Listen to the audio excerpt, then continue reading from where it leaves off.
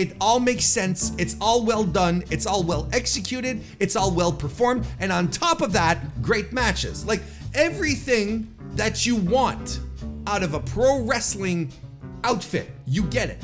Because maybe he is out the door. Maybe he is done with the company. Maybe he does want to go wrestle in a warehouse and, wrestle, his former AEW boy, Lexus King,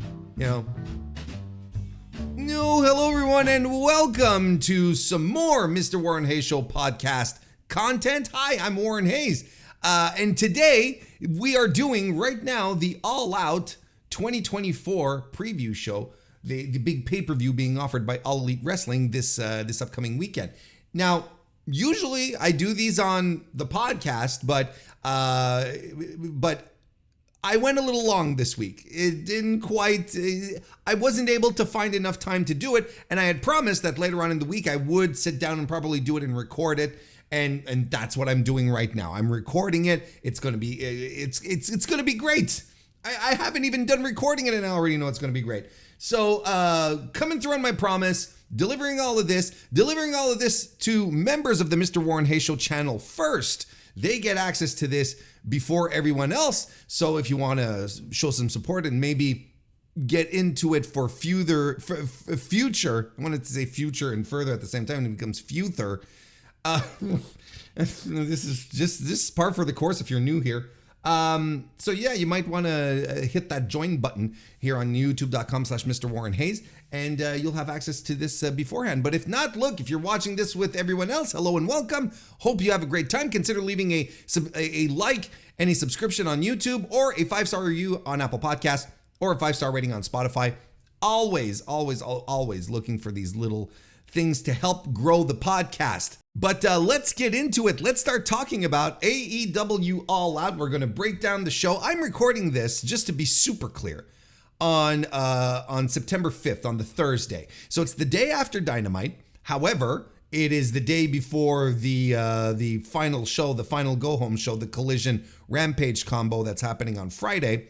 So I've got there's some matches and events and things that are probably going to be missing out here. However, there's 8 matches announced as I'm recording this, 8 that are significant, that are meaningful. So I think we can get into it with whatever's added in afterwards. I don't think is, well, I mean, I don't want to discredit anything, but we got the big matches is what I'm trying to say. They're here already. Whatever is added on extra is gravy. But we have like the nuts and bolts of this pay-per-view, the big shows, the draws. So we're ready to go on this one. So so maybe by the time you're listening to this, other stuff has been announced, and I apologize. I won't be able to go forward in time and change this, but the essential stuff will have all been taken care of. All Out this year is being held in Hoffman Estates. It's not Chicago. God Almighty, my Chicago pals have made that very clear. They keep reminding me. In Hoffman Estates, Illinois, at the Now Arena, the original venue for All Out. Man, it's been 5 years already. This is going to be the 5th All Out in the history of pro wrestling, AEW, but also pro wrestling. I think that's fascinating. I think it's cool that we're in 5 years later, but and we're in the same arena, right? Started over at started back then. It was called the Sears Center. Now it's the Now Arena, and that's all cool. One thing that's not as cool is how the attendance has changed. I've been rewatching the original All Out, the 2019 one, and I mean the Sears Center, the Now Arena is packed. The atmosphere is tremendous. Like, people are so into it. And I'm not saying that the atmosphere will not be good tomorrow, but this arena is not packed. According to WrestleTix right now, as I'm speaking, 6,511 tickets have been distributed. This is an update though that happened that has happened about a week ago, like on August 30th. So there's going to be more tickets that are going to be distributed by bell time. I think they're going to get to 7,000 for this. That would be my prediction. I don't know if they're going to go that much higher, but I think they're going to hit 7,000, 7,500 maybe. They might get close to it. But at the very least, they're doing 7,000. And, I don't want to get into... I don't want to get into the whole thing with AEW's attendance. I talk about it enough on my weekly AEW Dynamite reviews, which you should absolutely check out if you're not aware of them. So I talk about it enough there. I don't want to get necessarily into it here, but these are good gates for AEW. Let's just go with the surface analysis. These are good gates for AEW. When I say these, I mean the pay-per-views. They always perform better than the run-in-the-mill TV. For some reason, the pay-per-views always get decent gates. I don't want to say great, not these days. There was a time where we could easily use the word great. Now it's like pretty good, or better than average for AEW, and rather high, high average. High above the average. Yeah, we got it right. High above the average. So these always perform well, as opposed to the weekly TV, which, we're barely scraping 2,000 people into the buildings these days. So it's not necessarily a great look. But look, again, this is the surface analysis. Let's not get too deep into it, because I really want to talk about these matches. And I know how I can be. I can talk a lot and I can get really wrapped up in stuff. And then next thing you know, I've been, doing a preview for 3 hours and you're like, will this guy ever shut up? And if I'm still doing a preview 3 hours in and you're still listening, man, I appreciate your patronage. You could have clicked out at any given moment, but instead you're like, I got to see how long this guy's going to go. And here, you're still there. So we're gonna try to not do that, and we're gonna break down this card as best we can. So why don't we start with the business end of this show? Maybe starting off with let's start with, I don't know. It hasn't been confirmed that it is the main event, but I think it is the main event. At the very least, it is the people's main event. It is the emotional main event. Swerve Strickland versus Hangman Adam Page in a steel cage match. I know we have a world title match on top of this. I know we have that. But let's be completely honest with each other. There's no way that Bryan Danielson versus Jack Perry is generating the buzz to get people in the building. If there is any match that is going to generate extra ticket sales or pay-per-view buys, it's going to be Swerve and Hangman. Like that, I don't think there's any dispute in this. It is unquestionably the biggest feud in the company, the biggest rivalry. It's their most well put together, well thought out, well planned out rivalry that they have. It's been something that's been going on for the better part of a year at this point, or maybe even longer. There's maybe even steps that I'm just blanking out on. But I say it often when I'm reviewing the Dynamites.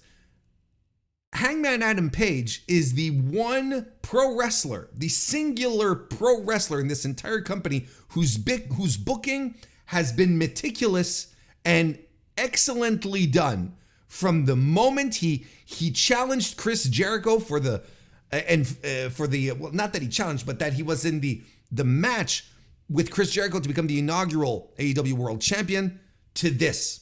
Like, you can make a perfect through line. It all makes sense. It's all well done. It's all well executed. It's all well performed. And on top of that, great matches. Like, everything that you want out of a pro wrestling outfit, you get it.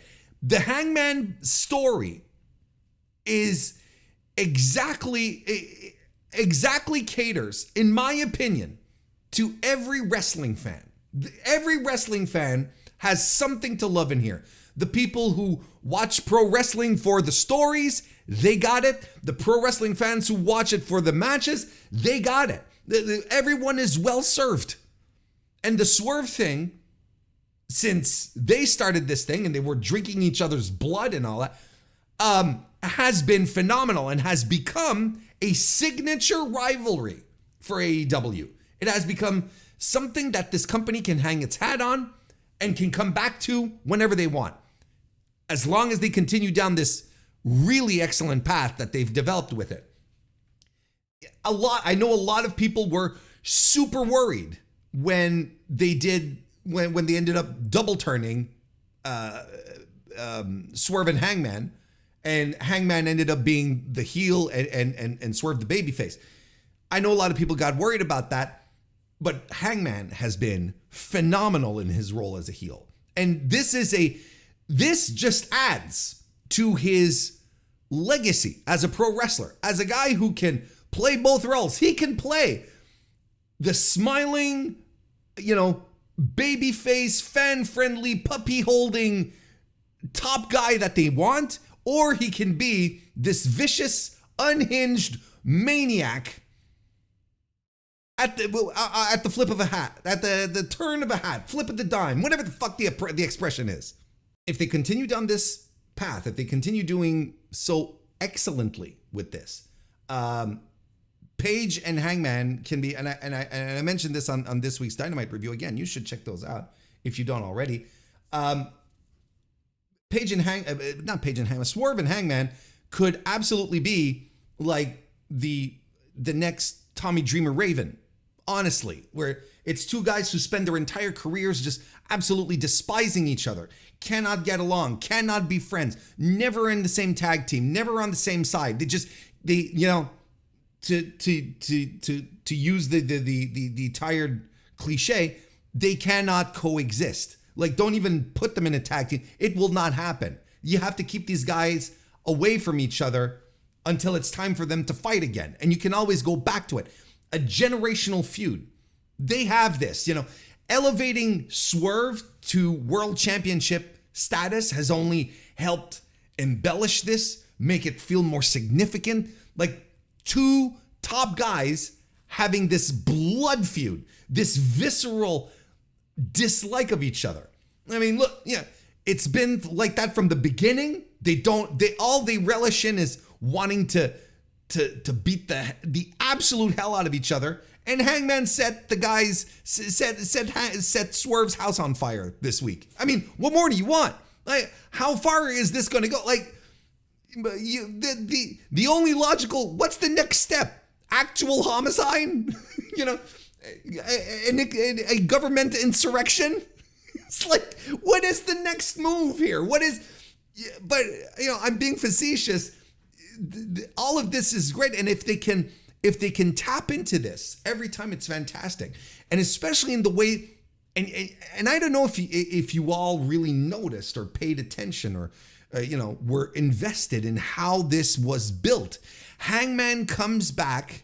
He's pissed off because he wants to get to Swerve. That's his target, because he wants to ruin Swerve's life. His objective before going away was to make sure that Swerve Strickland would never win the AEW World Championship. Hangman had to leave. He had to go have more babies. And then Swerve, in the meantime, during his absence, Swerve did become world champion. Page comes back. He's like, I cannot stand for this. And he's just losing his mind. He's gone completely bonkers. He's unhinged. He's got the mustache. He's all Magnum TA, piss and vinegar. And he's finding all the ways to get to Swerve. And he's like, I'm going to win the Owen so that I can fight him at Wembley. That doesn't work out. He tries to do stuff, and he puts himself into the blood and guts match, not because he's back being friends with the Jacksons. No. Because he wants to get his hands on Swerve. And that kind of happens, but Swerve doesn't give a shit about this. In the meantime, Swerve is just above all of this. He's a cool guy. He's not even thinking about him. He's not even on his radar. Swerve has bigger fish to fry. He's carrying this company on his back. He's going to go to Wembley to fight one of the greatest of all time, right? Or in my opinion, the greatest North American to ever do it. So we have all of these things coming together where Hangman keeps losing his mind because Swerve is ignoring him and Hangman's like a jilted lover, they broke up. He's trying to get his attention. He's not giving it, so he's doing everything. And then finally, Hangman puts his nose into Swerve's business. Swerve loses the title at Wembley, and Swerve is like, okay, you wanted my attention, you got it? And this is where we're at. How can you not be into this? This has been so good, so fantastically good. And I know the house burning thing has been a point of contention. A lot of people thought it was corny. A lot of people thought it was over the top. But it's the level of over the top that it works. It works because everything has been so big and huge and overly emotional in this feud. Like it works. And Hangman's descent into this unhinged madman works. It all connects. I'll tell you one thing. I don't want to reiterate all the points again. I reviewed all of this on the Dynamite review, but I'll tell you this. If it hadn't been, this would have probably been much worse received by me if Hangman hadn't delivered that quality promo, which just swung, hit, home run promo. Like just the stuff where you're hanging on every word, just tremendous stuff. So now we're at this, and they set up the steel cage match. And then Tony Khan, after he ended up tweeting it, like, this is confirmed. This is not a spoiler. It's on Twitter. Don't worry about it. Don't write angry letters to the editor about spoilers. Tony Khan, after the match in the arena, said, look, I don't know what I can do to hold Adam Page back. So I cannot be responsible for what's going to happen in that ring. The match is officially an unsanctioned lights out match, which leads me to believe that this is going to be the main event. I believe all of the previous times that AEW has done unsanctioned lights out have been main events. I could be wrong, but the exploding dynamite fiasco, that was an unsanctioned deal, right? The lights out deal. They also did it with Thunder Rosa and Britt, right? And that was the same thing. So I'm fairly confident in saying that this is going to be the main event. And honestly, there's really nothing else on this card, although there's some good matches, but there's nothing that has this level of heat. And we have to lean into that. We absolutely have to lean into that. But what's going to happen? It's a preview show. All right. So, Warren, what do you think is going to happen in this little spectacle here? I don't know, and that's the great part of it. And these are the main events that are the best, when you can really go either way, and you say, well, this could go either way. And I was kind of feeling it with Danielson and Swerve at Wembley right up until Danielson said, "I'm putting my career on the line." I was like, well, okay. Now we know what the finish is. I was right. All along. I was telling anyone who'd counter argue with me, I was like, well, yeah, but have you thought about this one? No, he's not. Anyway, it's not time. Not the moment for a victory lap. When is the moment for a victory lap? I don't know. It doesn't matter. I mean, I don't even think it's that big a deal to take a victory lap over. I think that anyone with their head, with a good head for pro wrestling saw the finish for Wembley coming, that Danielson was not losing, right? If you paid attention to everything that was going on, the media, the little hints that Danielson was dropping, all of this talk about going home and the neck surgery and all that, which I don't deny. He probably needs neck surgery. He probably wants to go home and hang out with his wife and kids. I mean, I don't deny that. I'm just saying he's leaning into it too far. In this case here, we're actually talking about an entirely different match here. In this case here, I'm at the exact spot that I was before with Swerve and Danielson. I'm like, this could go either way. Either Hangman getting his revenge on Swerve, right? And becoming the man that he hates, right? Because there's one thing that we have to keep in mind here with Hangman setting the house on fire. Up until this point, you could argue that this was all righteous indignation, right? That the Hangman was doing this, that we could all understand and relate nonetheless, despite the fact that he was using heel tactics. He was a little bastard. He was one of these heels that was right. And I've said it multiple times. There's nothing better than a heel who is right. So there could be that option where, it's not that there could be that option. It's like right now that he's committed arson, he's committed a crime, that he's burned down Swerve's house, he can't argue the moral high ground anymore. And maybe this is what Swerve wanted to bring out of him, you know? Maybe he's becoming the reflection of Swerve. Yeah, doing some projection. All of the things where he kept saying, you know, in all these promos, talking about Swerve, while Swerve was ignoring him, saying, you know, he's despicable, he's vile, he's evil. He's becoming that. So that would be interesting. That would be interesting. Him winning here, and probably I'm kind of fearful for the finish.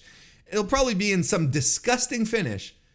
And Hangman just like, he gets the win, but in the process, what has he lost? He's gained a victory over his arch nemesis, but what has he lost in the process, right? So that's one way we can do this. Or we can have Hangman lose to Swerve again, and just, you know, delving deeper into madness and just completely losing it, becoming more and more of a maniac than what he actually is, right here, you know, which would be really interesting. I gotta tell you, the ballsy decision, I feel, is to have Hangman lose. But I don't think we're gonna do that, because the Hangman fans can't take it anymore. The Hangman fans were so up in arms about him not being in a top spot at Wembley. They thought it was over for the Hangman and all of these losses. And yet look at him right now. Look at where he is right now, positioned in this company. Hangman Adam Page will always be fine in AEW. He will always be okay in this company. And I don't know who needs to hear this, and I don't know who needs to take these words to heart. But Page will always be, even if he's in a weird phase right now, even though he's having a crisis of conscience, he will always be the protagonist of AEW. So we should not be fearful at the idea of him losing again here, if it means he spirals deeper.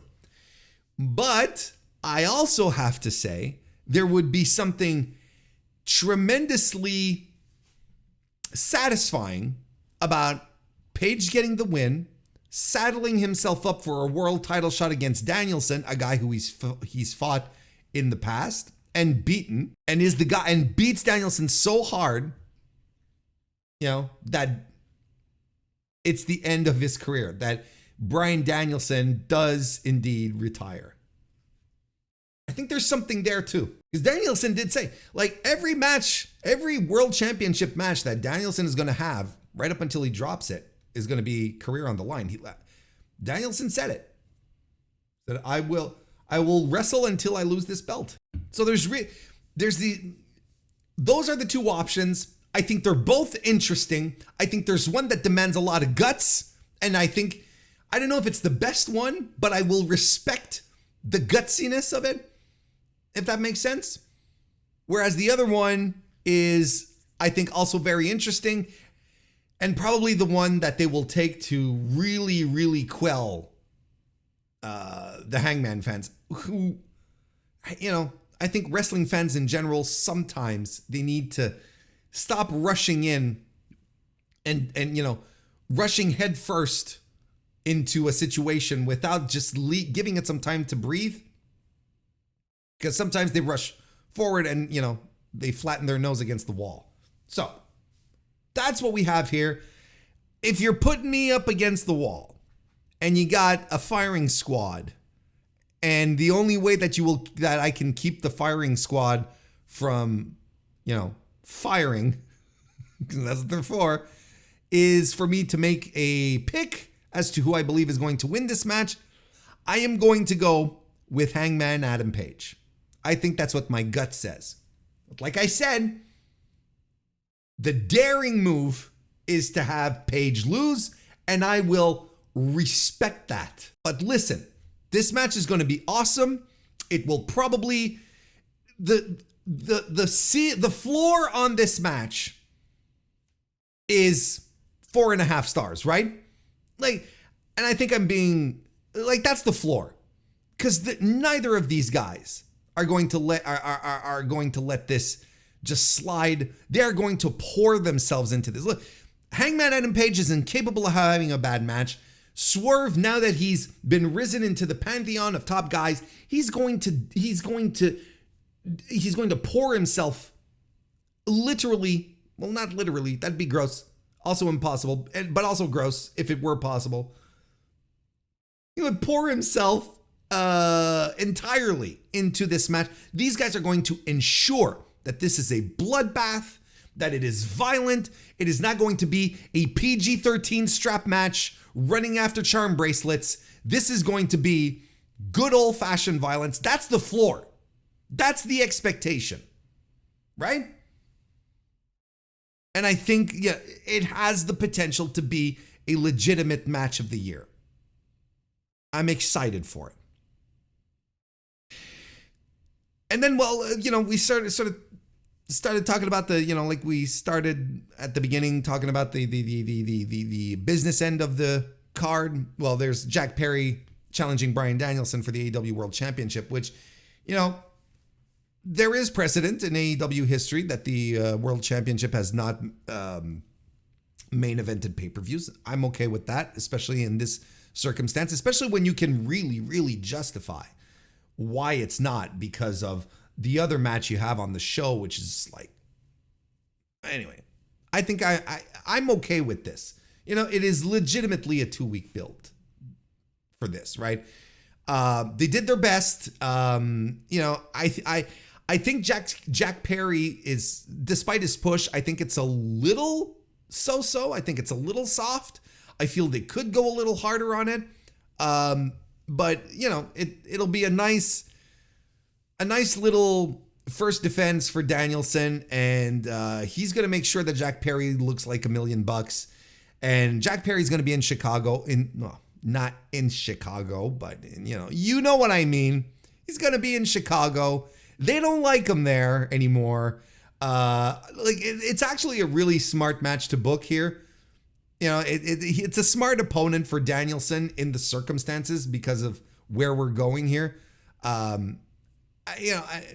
long as we're not leaning in too much into the symbolism of CM Punk, if Jack Perry wants to come out with a flag of Chicago, like he did at the New Japan show, I don't remember which one it was. Was it Resurgence? I don't quite remember.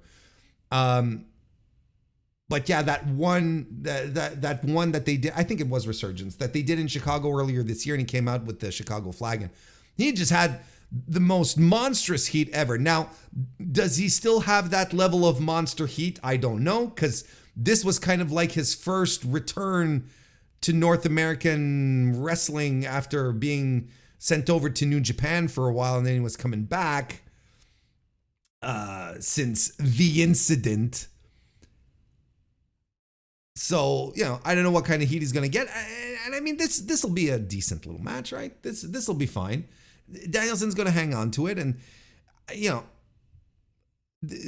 people are already wondering who he's going to drop the title to. And, I'm like, why don't we just enjoy the fact that Bryan Danielson is a world champion, right? The people are weird sometimes, where it's like someone wins the championship. Okay, who's he going to drop it to? Mox. Is it going to be Mox? Is it going to be Paige? No, it's going to be Swerve again.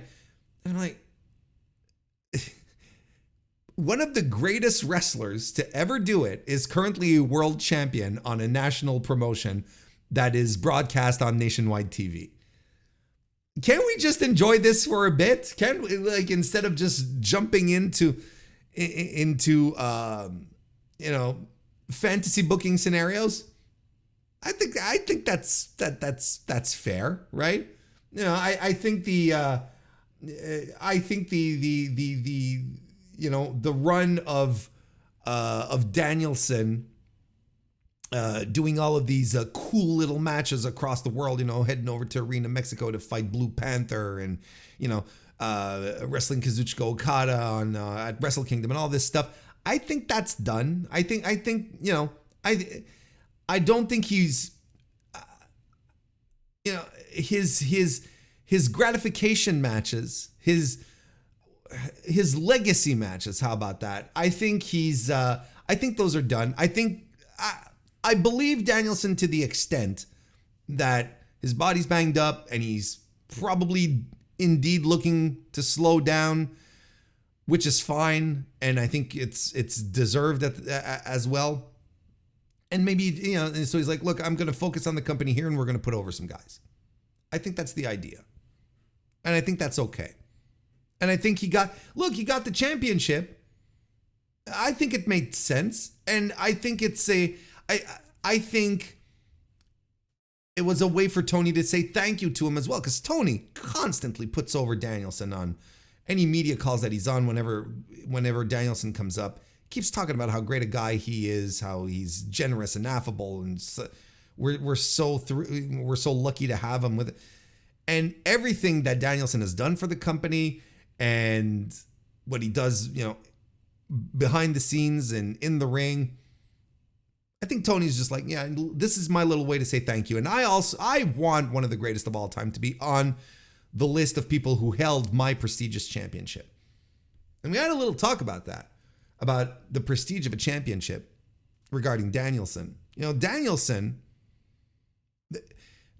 winning brings a lot to the AEW world title. Regardless of what you think about the company itself and the booking and whatnot, the world championship has always been well treated and protected. It's not something that's, hot-shotted, that's thrown into, cash-in matches and all the what I'm talking about. It's always considered to be the top people, the top wrestlers in the world fighting for it.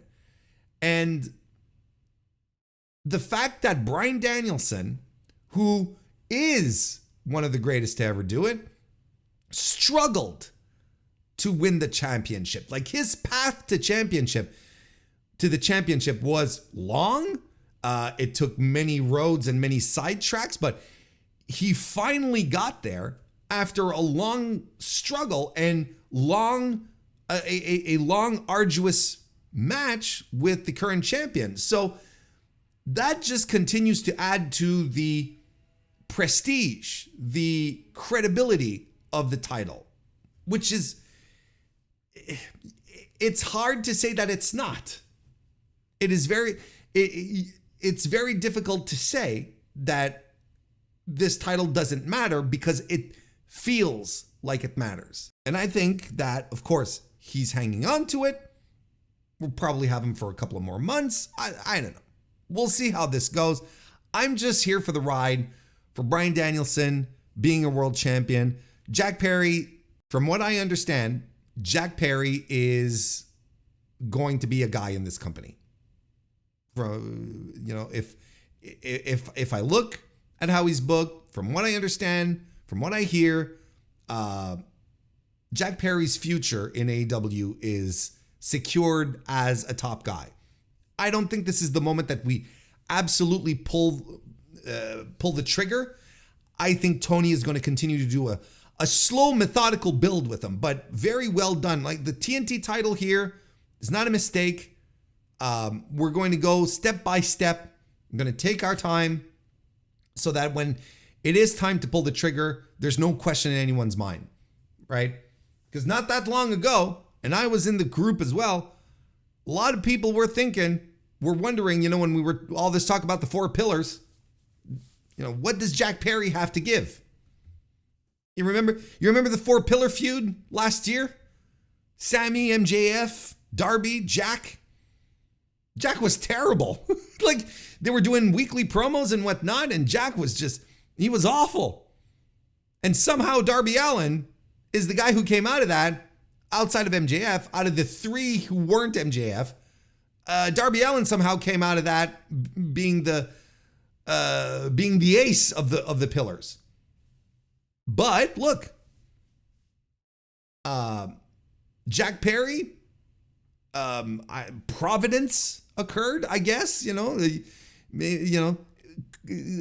little karma struck, had the whole thing with CM Punk, and it was played to his advantage. They aired the videotape of the backstage altercation, which everyone thought was a mistake, that everyone believed that it was going to tank Perry, but it did the complete opposite. And he is finding a complete new dimension to Jack Perry. It's tremendous. Again, I'm watching All Out 2019, and I'm seeing Jungle Boy being carried to the ring on the shoulders of Luchasaurus while Marco Stunt runs around. I'm like, I don't think people realize just how far this guy has already come despite the bumps in the road. It's kind of fascinating. Danielson retains, should be a good little match. What else is on this card? Will Ospreay will be defending the International Championship against Pac. This is the other match I'm super excited for. Like, why would you not be excited about this? And the build is so simple too. And again, it's not unlike Hangman with Swerve, where Pac has just been backstage seething at not getting his opportunities, of being ignored, of Ospreay jumping the line for Wembley when he had won the number 1 contendership. Let's not forget that. I had people, I think it was on, I don't remember, either on YouTube or on Blue Sky, it doesn't matter, saying, Pac never, why is he getting a shot? He never, what has he ever done? He keeps losing matches. No, he got it. He's the number 1 contender. And he won that number 1 contenders match, I think in July. And I remember at the time they said it was for a spot at Wembley, but then they changed plans and they put Will Ospreay in that spot. And next thing you know, Pac is being ignored for Wembley, and he's pissed and he's seething and he's not happy about it. So now he's attacking Ospreay.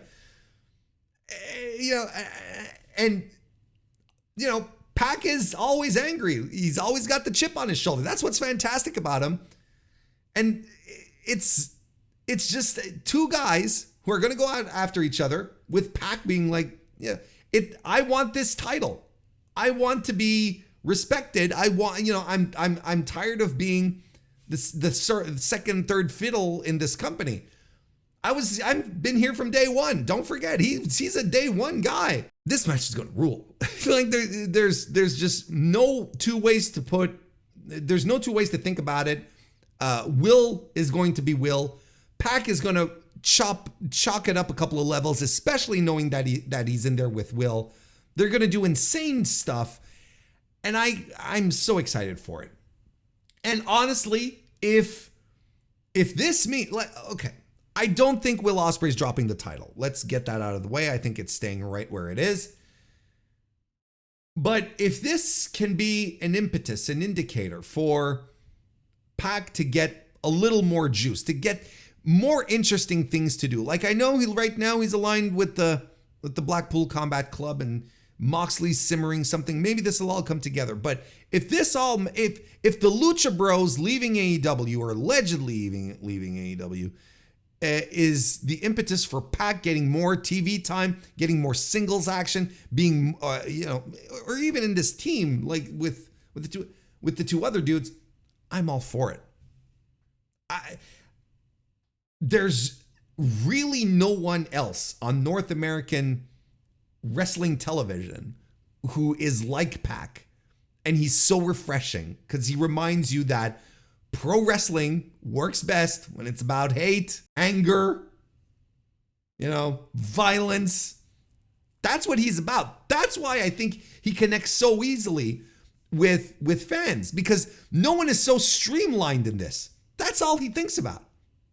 Just beating people up and winning shit.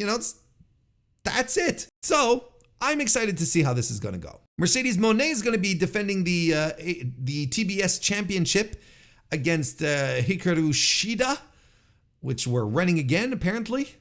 Look, I've made my thoughts. I've made my thoughts known about Hikaru Shida. She is not the wrestler she used to be.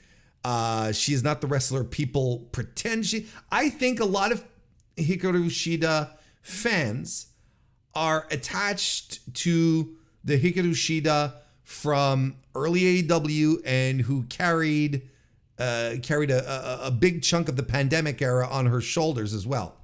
She wasn't alone. I'm not saying that she carried it all by herself, but a lot of people have some fond memories of that era where I think she was a crisper, better worker. Now I don't think so. I don't think she's now. Her last match with Mercedes was good. I enjoyed it, and I was kind of like, oh, it actually worked with Shida. Actually put on her working boots, and this was good. But I have to give a little credit to Mercedes Moné as well, who is one of the best women's wrestlers in North America of all time, really. And she'll probably get another good match out of Shida. And Camille is barred from ringside on this one, so there's no interference. And let's not be delusional. Mercedes is not losing the title unless they're using this as an opportunity to get the TBS championship off of Mercedes to free her up for the world title, which I don't think so. I think they want to continue with the Mariah May experiment. They want to keep trying that out. So look, we'll see. But as it stands right now, I think Mercedes retains. And I think this match will be pretty good. MJF will be taking on Daniel Garcia. That's another one that has been really well built. I think the drama around the match, the drama around the match, on top of the drama of the match, or at least the build, adds even more interest to this match. There's rumors that Daniel Garcia's contract is up in October, that he hasn't re-signed, that he's exploring options. So a lot of people are seeing this as an indicator as to whether or not Daniel Garcia is leaving AEW to head to WWE to go wrestle in a warehouse, or if he's sticking around. So if he loses, I think that's what most people and myself are probably going to tend towards, is like, oh, well, maybe this is Daniel Garcia's swan song. Maybe, MJF will ultimately not only say, I injured this kid, but I drove him out of town. Drove him out of the territory, which would be a very MJF thing to do. I think if Daniel Garcia wins, I feel like it's pretty clear then that he will be staying. But the problems that I have with Daniel Garcia winning this match, storyline wise, outweigh my desire for him to actually win. I don't think I think the best outcome is him losing again. That MJF just did something completely dastardly and got another win over Garcia. I think the best way to do this, because I feel this feud must continue. You know what I mean? Garcia losing is the best way to keep this going. Everyone's rooting for Danny. Everyone hates MJF, and everyone is rooting for Garcia. And if I'm booking this, especially if I know that Garcia is sticking around, I'm having him lose, and then at Full Gear, right, which is the next pay-per-view it's World's End, right? Well, I guess I was thinking Full Gear's the next big pay-per-view because it's a big show. It's one of the OG shows, right? You have Daniel Garcia win in a crazy stipulation match where it's just like, and he like completely eviscerates MJF, right? Because don't forget the story of Daniel Garcia has as well been very well told. Kid coming in, black tights, black boots, no personality. He's one of these guys that the weirdos would point at and say, look, AEW doesn't tell any stories. Look at these boring vanilla midgets, right? And all that stuff. And then he gets into the Jericho Appreciation Society, right? Where he's no longer a wrestler. He is a sports entertainer, and that dissolves, and he gets a crisis of conscience himself where he's like, what am I? I don't know what my identity is anymore. I had given so much. I had identified myself to Jericho, and he was my mentor. Has he lied to me? Am I a wrestler really? And then he does the Continental Classic to prove something, and it doesn't quite work out. He doesn't have a winning record, but you felt him getting closer and closer to who he is, to his roots. It's all because he's so young, he's finding his footing, trying to put everything together in a figurative way. He gets to the match with MJF, and he's almost there, but not quite. MJF is a top guy in the company. Has Daniel Garcia put it enough together to take out MJF? Hell, you could drag this out for a year if you wanted to, really. If you wanted to be really, really bold about it, you could do it. And I'm starting to get a good vibe back from AEW's booking recently, where for the longest time it's been trash, but you sort of feel that now we're setting endpoints and booking backwards from that, where it's like, this is going to happen on this date on this show, and then everything is planned accordingly, as opposed to doing things slapdash and just trying stuff out like it was earlier this year or like it was in 2023. So I'm feeling the vibe, man. This would be such daring booking to be like, no, Daniel Garcia is not beating MJF at All Out. And this feud must continue. And for how long, I don't know. When is the blow-off could be at All Out next year for all I care. It could be in Australia. One of the big shows. You do it at the big stadium show in Texas. Look, as much as I want a confirmation that Daniel Garcia is leaving or not, I think MJF should win this match. I think it is the most interesting outcome, and it is how you continue to build a Daniel Garcia big baby face. That's how I think it. And people are going to go nuts. Oh, is this the end of Daniel Garcia? And he might be on his way out. Maybe everything I just talked about for the past 4 minutes or so is all a moot point, because maybe he is out the door. Maybe he is done with the company. Maybe he does want to go wrestle in a warehouse and wrestle his former AEW boy Lexus King. Maybe he does want to wrestle Ethan Page and Sean Spears. Maybe he's really into that. I don't know. I'm not in his shoes. He's usually got good shoes, though. He's got some good sneaker game, I find. And I'm saying this as if I myself am some expert or connoisseur when it comes to sneakers. I don't. So, maybe this is actually the perfect sign for Dan Garcia to be like, I'm going to burn all my shoes now at this guy. This old guy with the heart condition. Now that he thinks my shoes are cool, I guess it's time to change shoes. Kazuchika Okada is going to be defending the Continental title in a 4-way match. As it stands right now, the opponents have not been determined. They are all TBD, all 3 opponents. There are 3 matches, 3 qualifying matches on Collision on Friday that will determine the 3 opponents. So the winner of Orange Cassidy versus Brian Keith, the winner of Lance Archer versus Mark Briscoe, and the winner of Konosuke Takeshita versus the Beast Mortos. Now, I am not a prognosticator. Yeah, I have not checked the betting sites to see what the odds are like. But if I put my educated guess here, I would say Orange Cassidy, Mark Briscoe, and Konosuke Takeshita are all going forward. Yeah, I just call it a gut feeling.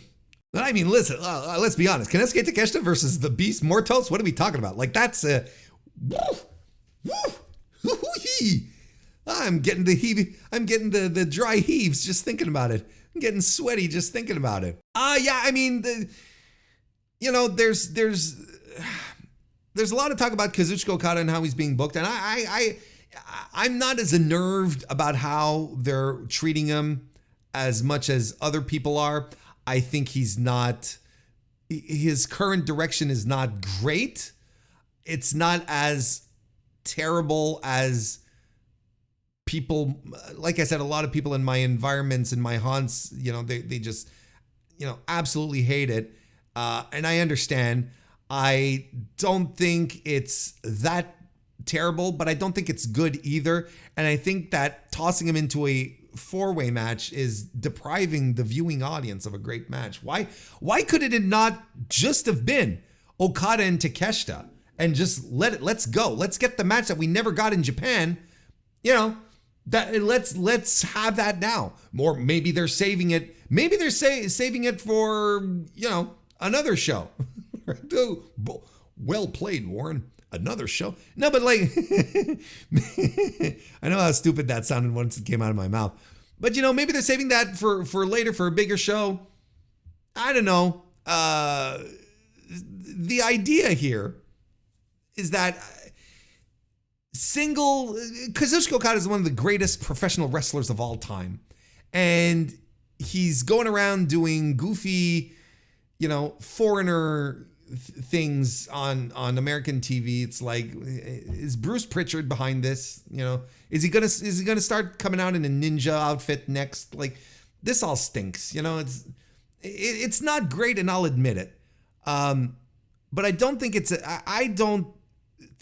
as bad as everyone points it out to be. And look, it's to the point that there's a rumor that not a rumor, but the talk, which is practically the same thing, is that Okada is on a limited date deal. So that's why he's not wrestling every week. That's why they're not booking him on all these singles matches every week, because he has like a limited amount of dates.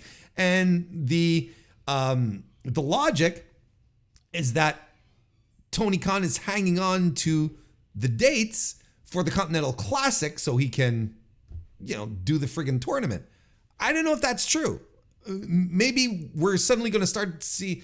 Maybe we're going to start seeing him being booked more, just because those rumors are circulating and Tony Khan's like, "Wow, this is bullshit."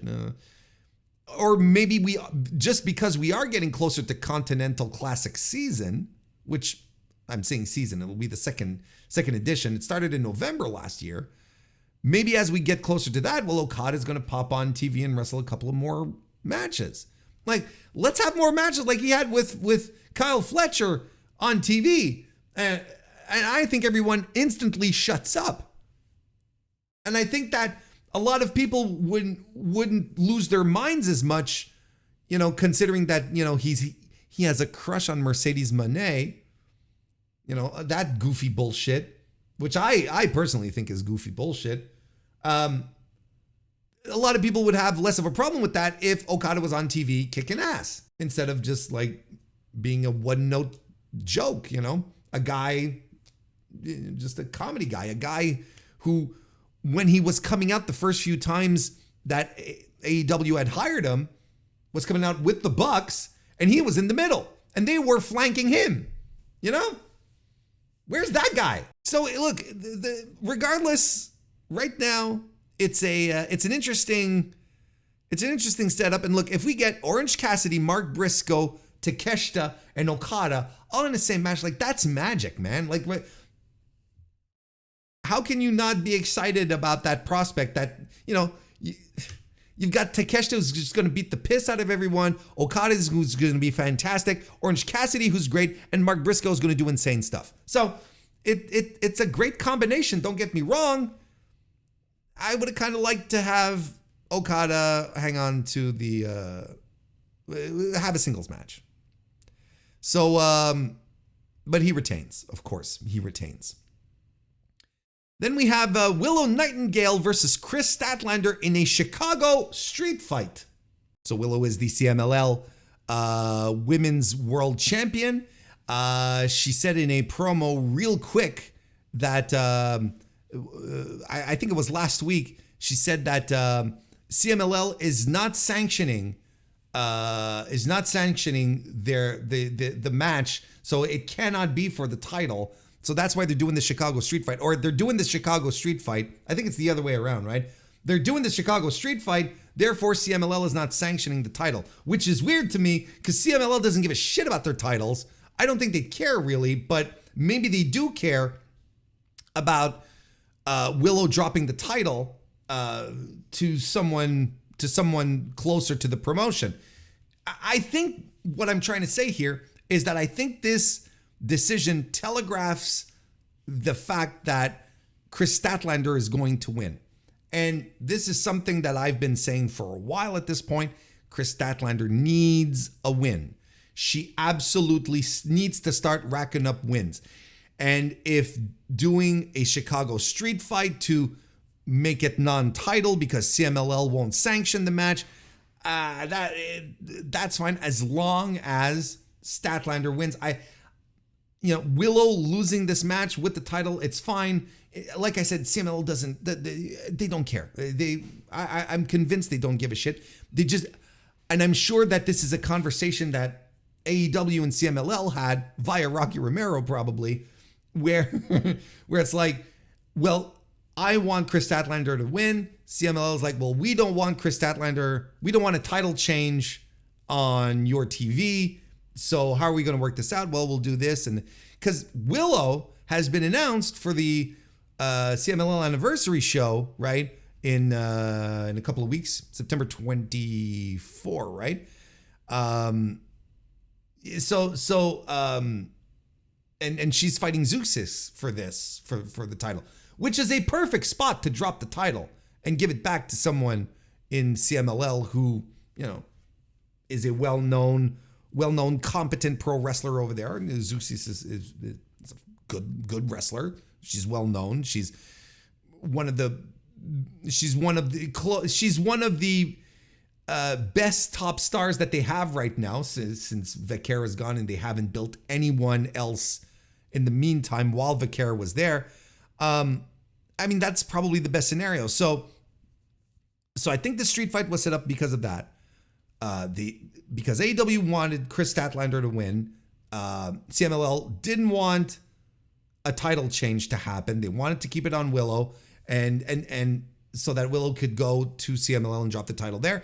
And she's going to be on the anniversary show in just a couple of weeks. So yeah, I feel like this conclusion, this finish has already been telegraphed. I think this is what we're doing here. And that's not necessarily a problem. You can have results for a match happen, or be obvious is what I'm trying to say, and still have a good match. Look, Willow rules in these types of situations. In these plunder matches, she's fantastic.